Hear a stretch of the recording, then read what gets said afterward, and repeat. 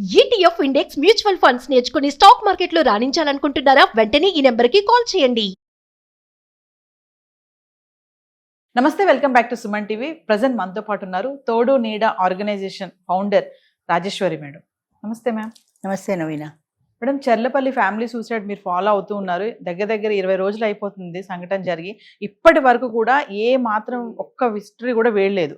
Depression అంటున్నారు, black magic అంటున్నారు, ఏవో చెప్తున్నారు, కానీ ఏది కూడా తేలలేదు.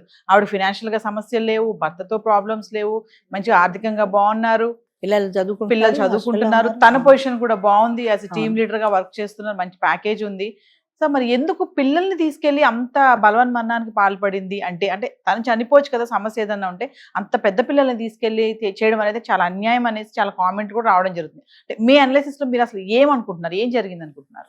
చావు ఒకటే జీవితానికి పరిష్కారం కాదు. ఫస్ట్ థింగ్, ఆమె కాదు, ఎవరైనా సరే 10th క్లాస్ ఫెయిల్ అయితే చచ్చిపోతాం. నిండా 14 ఏళ్ల వయసు ఉండదు.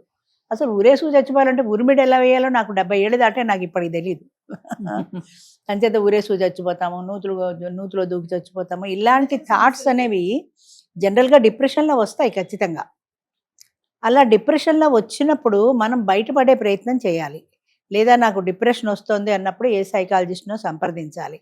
10 మందిలో ఉండాలి. డిప్రెషన్ వచ్చే వాళ్ళు ఎప్పుడు ఒంటరిగా ఉండాలనుకుంటారు. వాళ్ళ జీవితం మీద విరక్తిగా ఉంటుంది, ఏదేదో దీర్ఘ ఆలోచనలో ఉంటారు.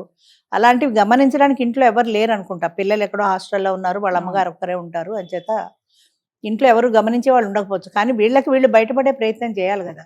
చావు ఒకటే పరిష్కారం కాదు. ఇప్పుడు ఎవరు చెప్పినా సరే, ఇప్పుడు 10th క్లాస్ వాడు చచ్చిపోయాడు అనుకో, పరీక్ష ఫెయిల్ అయ్యాని, నువ్వు జీవితంలో గెలవలేవు కదా. నువ్వు బతుకుంటే ఇంకోసారో కట్టుకొని పాస్ అయ్యి ఆ ఓడిపోయిన దాని నుంచి నువ్వు బయటికి రాగలుగుతావు. అట్లా కాకుండా దాంతో జీవితం అంతం చేసుకుంటే మళ్ళీ మనకి ఇంకొక ఛాన్సే లేదు కదా.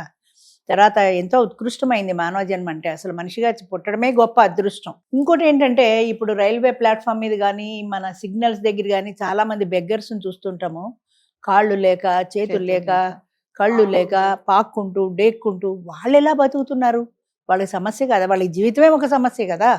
అలాంటి వాళ్ళే బ్రతుకుతున్నప్పుడు ప్యాకేజీ బాగుండి, భర్త బాగుండి, 2 పిల్లలుండి, కారు స్టేటస్ ఉండి, ఇన్ని ఉండి నువ్వెందుకు బతకలేకపోతున్నావు? వాళ్ళని చూస్తే అనిపిస్తుంది, ఒక పాట నేర్చుకోవచ్చు వాళ్ళని చూసని. వాళ్ళ జీవితం మీద ఏంటి అసలు ఆశ? వాళ్ళు ఏం చేద్దామని బతుకుతున్నారంటే, ఏం చేద్దామని కాదు, కనీసం జీవితాన్ని వెళ్ళదీయాలని బతుకుతున్నారు. వాళ్ళు కూడా ఏ రైలు కింద పడిపోవచ్చు. ఎందుకు పట్టాలో వాళ్ళు? అడుక్కుంటూ అయినా ఎందుకు బతుకుతున్నారు? అంచేత అలాంటి వాళ్ళని చూసినప్పుడైనా మనం ధైర్యం తెచ్చుకోవాలి కదా. అలా కాకుండా చచ్చిపోతే జీవితానికి పరిష్కారం కాదమ్మా. ఈమె కాదు, ఎవరైనా సరే చావు జీవితానికి అసలు పరిష్కారం కానే కాదు. భగవంతుడు మనని పుట్టించినప్పుడు ఏదో ఒక ఉద్దేశంతో పుట్టించుంటాడు. ఆ ఉద్దేశాన్ని మనం నెరవేర్చుకోవాలి. లేదా మన మైండ్ ఏదైనా మానసికంగా బలహీనత ఉంటే దాని నుంచి బయటపడాలి, డైవర్ట్ చేసుకోవాలి. మనసు స్ట్రాంగ్గా ఉండాలి. వీళ్ళకి ఏంటంటే మనసు స్ట్రాంగ్గా ఉండదు. మనుషులు స్ట్రాంగ్గా కనబడతారు కానీ మనసు స్ట్రాంగ్గా ఉండదు. మనసు స్ట్రాంగ్గా ఉంటేనే ఫేస్ చేసుకోగలం. ఇంకోటి ఏంటంటే, చిన్నప్పుడు 10 మంది పిల్లలు పుట్టినా కూడా అందరినీ డిసిప్లిన్డ్గా పెంచేవారు. కష్టాలు సుఖాలు అన్నీ పంచుకునేవారు. పిల్లలు కూడా కష్టం అంటే ఏంటో తెలిసి ఆ కష్టాన్ని ఎలా మనం ఫేస్ చేయాలి అనేటువంటి ఒక దృఢ సంకల్పంతో పెరిగి పెద్దవాళ్ళు అయ్యేవాళ్ళు. ఇప్పుడు ఏంటంటే, విజయారెడ్డి కాదు, ఇన్ జనరల్ చెప్తున్నాను నేను, ఒకళ్ళు లేదా 2 పిల్లలు. ఆ 1-2 పిల్లల్ని చాలా గారాబంగా పెంచుకుంటారు.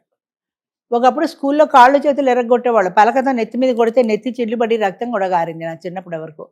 అలాంటి డిసిప్లిన్ ఉండేది. ఇప్పుడు అసలు పిల్లల్ని కొట్టే సమస్య లేదు. కొడితే పేరెంట్స్ ఊరుకోరు, కంప్లైంట్ చేసేస్తారు. ఆ మాస్టర్ ఉద్యోగం పోతుంది. అంచేత కొట్టకుండా తిట్టకుండా ఎలా డిసిప్లిన్గా పెంచుతారు? భయం ఉండాలి కదా పిల్లలకి. ఆ భయం వల్ల వాడు చదువుకోకపోతే టీచర్ కొడతారనో, మా నాన్న తిడతారనో, ఏదో ఒక భయం ఉండాలి. వాళ్ళకి ఏం భయం లేదు, పోతే పోయింది, ఇంకోసారి కట్టుకోకు అంటే వాడు చచ్చిపోతాడేమో అనే భయం. అలా కాకుండా చిన్నప్పటి నుంచి వాళ్ళకి చిన్న చిన్న కష్టాలు ఫేస్ చేయడం అనేది ఒక అలవాటుగా మారితే ఏ కష్టం వచ్చినా ఫేస్ చేయగలుగుతారు. వయసు పెరుగుతున్న కొద్దీ కూడా సమస్యలు కూడా పెరుగుతాయి. ఆ సమస్యను ఫేస్ చేసే ధైర్యం వాళ్ళకు ఉంటుంది. 20 సంవత్సరాలు దాటిన తర్వాత వాడికి ఏ సమస్యలు తెలియవు. చిన్నప్పటి నుంచి గరాబంగా పెంచారు, కార్లలో తిరిగారు, కారు యాక్సిడెంట్ అయితే నాన్న డబ్బులు కట్టుకున్నాడు, బయటపడ్డాను.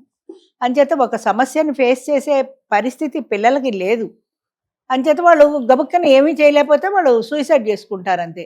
వాళ్ళు ఎక్కడ సూసైడ్ చేసుకుంటారో అని పిల్లల కోరికలు వీళ్ళు తీరుస్తారు కానీ అసలు ఆ సూసైడ్ చేసుకోవడం అనే ఉద్దేశమే తప్పు, నేను ఫేస్ చేయాలి అన్న భావన పిల్లల్లో కలిగించట్లేదు పేరెంట్స్ కూడా. అంటే పేరెంట్స్ కూడా ఇప్పుడు బిజీ, ఎవరిని తప్పడానికి లేదు. మొగుడు పెళ్ళాం ఇద్దరు బిజీ, ఎవరి ఉద్యోగ హడావిళ్ళల్లో వాళ్ళు ఉంటారు, పిల్లలు ఉంటారు. ఏదైనా వస్తే ఫైనాన్స్ ద్వారా చక్కబరిచేసుకుంటారు, మళ్ళీ రొటీన్ జరిగిపోతూ ఉంటుంది. రొటీన్ జరిగిపోవటం కాదు, ఒక సమస్య వచ్చినప్పుడు ఫేస్ చేసే ధైర్యం కావాలి. ఆ ధైర్యం ఉంటేనే మనం బయటపడగలుగుతాం సమస్యల నుంచి. అంటే సమస్యకి చావు పరిష్కారం కాదంటున్నారు. సమస్యకి చావు పరిష్కారం కానే కాదు. నువ్వు ఏదైతే ఓడిపోయావో పడ్డ చోట ఎత్తుకోమని మనకు ఒక సామెత ఉంది. ఏ పాయింట్లో అయితే నువ్వు ఓడిపోయావో అక్కడ నువ్వు గెలిచి చూపిస్తే అది నీ ధీరత్వం అవుతుంది. అంతేగాని చచ్చిపోతే ఏమైంది? ఇప్పుడు విజయారెడ్డి చచ్చిపోయింది, 10 రోజులు 15 రోజులు పేపర్లలో న్యూస్లో చూస్తాం, తర్వాత తెరమరుగున పడిపోతుంది, మళ్ళీ ఇంకో కొట్టది ఏదో వస్తుంది, దాంట్లో పడిపోతాం, విజయారెడ్డిని మర్చిపోతాం. కానీ 2 పిల్లల ప్రాణం పోయింది, ఒక తల్లి ప్రాణం పోయింది, అటు భర్త ఒంటరివాడు అయిపోయాడు. అతని సమస్యకు పరిష్కారం ఎవరు చెప్తారు? ఎవరు చెప్పరు. మరి బయటకి ఏం కనపట్టం లేదు కాబట్టి ఎవరైనా బ్లాక్మెయిల్ చేసి ఉండాలి, లేదా డిప్రెషన్లో ఉండాలి. ఈ 2 కారణాలు. బ్లాక్మెయిల్ చేసిన ఆధారాలు ఏమీ లేవు ఫోన్లలో. మరి ఇంకా డిప్రెషన్కి వెళ్ళింది అంటే ఆ డిప్రెషన్ చదువుకుని ఉద్యోగం చేసుకున్నాడు, నాకు డిప్రెషన్లోకి వెళ్తున్నాను అని తెలిసినప్పుడు తను కూడా బయటపడే ప్రయత్నం చేయాలి. ఏదో ఒక యాక్టివిటీ పెట్టుకోవాలి, 10 మందిలో మసలగలగాలి. ఇంటికి వచ్చేప్పటికి బోర్ అనిపిస్తుంది. పిల్లలు హాస్టల్లో ఉన్నారు, భర్త దుబాయ్లో ఉన్నాడు, ఇంట్లో ఒక్కతే. సాయంత్రం ఆఫీస్ అయ్యి ఇంటికి వస్తే ఒక్కసారిగా లైఫ్ బోరే కదా, ఏం చేస్తుంది? అంచేత అలాంటప్పుడు ఏదో ఒక యావిగేషన్ పెట్టుకోవడమో, ఫోన్లో చాటింగ్ చేసుకోవడమో, మాట్లాడుకోవడమో, తరచు ఫ్రెండ్స్ని కలవడమో, ఫ్రెండ్స్ని 7 నెలలకు వాళ్ళ ఇంటికి పిలవడమో, తన్ని తాను ఎంగేజ్ చేసుకోవాలి. తను డిప్రెషన్లోకి ఉండే బదులు తనని తాను ఎంగేజ్ చేసుకుని అసలు నాకేంటి, ఈ పరిస్థితి నాకు ఎందుకు వచ్చింది, ఇందులోంచి నేను ఎలా బయటపడాలి అనే విషయాన్ని తను గమనించుకోవాలి.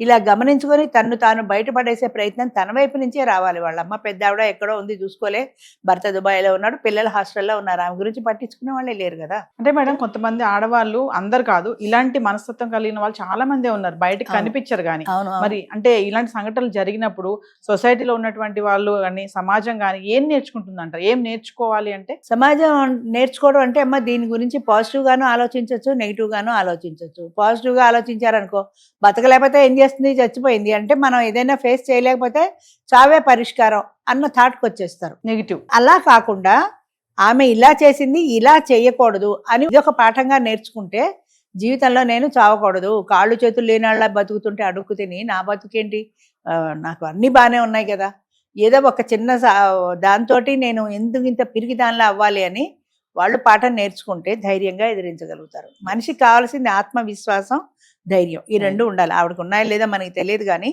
అలాంటి పరిస్థితి వచ్చినప్పుడు ధైర్యంగా ఎదుర్కొనే ఆత్మవిశ్వాసం ఉండాలి. ఒంటరిగా పోరాడే శక్తి ఉండాలి. భర్త ఎక్కడో దుబాయ్లో ఉన్నాడు, ఆయన ఫేస్ చేయలేకపోవచ్చు, లేదా ఆమెకి ఏదైనా ఎవరైనా ఎమోషనల్ బ్లాక్మెయిలింగ్ ఏదైనా చేస్తున్నా అనుకో, ధైర్యంగా భర్తకి చెప్పుకోవాలి. ఒకవేళ భర్తకి భార్యకి మధ్య విడాకులు ఏదైనా సమస్యలు వచ్చాయనుకో, కోర్టుకు వెళ్ళి విడాకులు తీసుకుని నీ బతుకు నువ్వు బతకచ్చు కదా. 40+ ఉంది, చిన్న పిల్లేం కాదు కదా. ఈ పిల్లల్ని నీ దగ్గర తెచ్చేసుకో. లేదు, పిల్లలు హాస్టల్లో ఉంటున్నారు, వాళ్ళని వచ్చి ఇంట్లో పెట్టుకుంటే నీ కాలక్షేపం ఉంటుంది కదా పిల్లలతో. హాస్టల్ నుంచి ఇంటికి తెచ్చేసుకున్న పరిష్కారమే కదా. పరిష్కారాలు 100 ఉంటాయమ్మా, చావు ఒకటే పరిష్కారం కాదు. ఈ 101 పరిష్కారానికి ఆవిడ చూపించింది, కానీ మిగతా 100లోనూ ఆవిడ చూసుకోలేదు. ఆ ఉద్యోగం వదిలి మానేసి ఇక్కడ ఏదైనా చూసుకోమని చెప్పచ్చు భర్తకి, లేదా పిల్లల్ని తెచ్చుకుని తన ఇంట్లో పెట్టుకోవచ్చు, ఏదో ఒకటి పరిష్కారం. లేదా తను ఫ్రెండ్ సర్కిల్ పెంచుకోవచ్చు, లేదా ఈవినింగ్ ఏ క్లబ్కి వెళ్ళడమో 10 మందితో కలిసి ఉండడమో చేయొచ్చు. ఇలా కాకుండా ఉద్యోగం చేస్తున్నాను కాబట్టి ఇంటికి వచ్చాక నాకు బోర్ కొడుతుంది, ఎవరూ లేరు అనుకుంటే అది పరిష్కారం కాదు కదా. కానీ ఏ మనిషి అయినా సరే, ఒక విజయారెడ్డే కాదు, ఎవరైనా సరే ఒక సమస్య వచ్చినప్పుడు దాన్ని ఫేస్ చేసే ధైర్యం ఉండాలి. కానీ దీన్ని పిరిగితనంతో పలాయనచిత్తం అంటారు, పిరిగితనంతో పారిపోవడం. పిరిగితనంతో ఎప్పుడు పారిపోకూడదు. నువ్వు ఫేస్ చేస్తూ వెడుతుంటే సమస్యకి పరిష్కారం అదే దొరుకుతుంది. 1 కాదు 4-5 పరిష్కారాలు ఉంటాయి, ప్రతి సమస్యకి పరిష్కారాలు ఉంటాయి. మనం ఆ దిశగా ఆలోచించాం. నాకు ఇది లేదు, ఇది కావాలనుకున్నా, అది దొరకలేదు, నా జీవితం ఎందుకు అన్న దిశలో ఆలోచించకుండా దాన్ని నేను ఎలాగైనా సాధించాలంటే ఏం ప్రయత్నం చేయాలి అని ప్రయత్న లోపం. 199 మంది దగ్గర ప్రయత్న లోపం. ఈ ప్రయత్నం చేస్తే ఖచ్చితంగా అందరూ గెలవగలుగుతారు, ఖచ్చితంగా అందరూ సాధించగలుగుతారు. ఏదేమైనా మేడం, చావు అయితే పరిష్కారం కానే కాదు. ధైర్యంగా ఉండాలి. థ్యాంక్ యూ అమ్మా.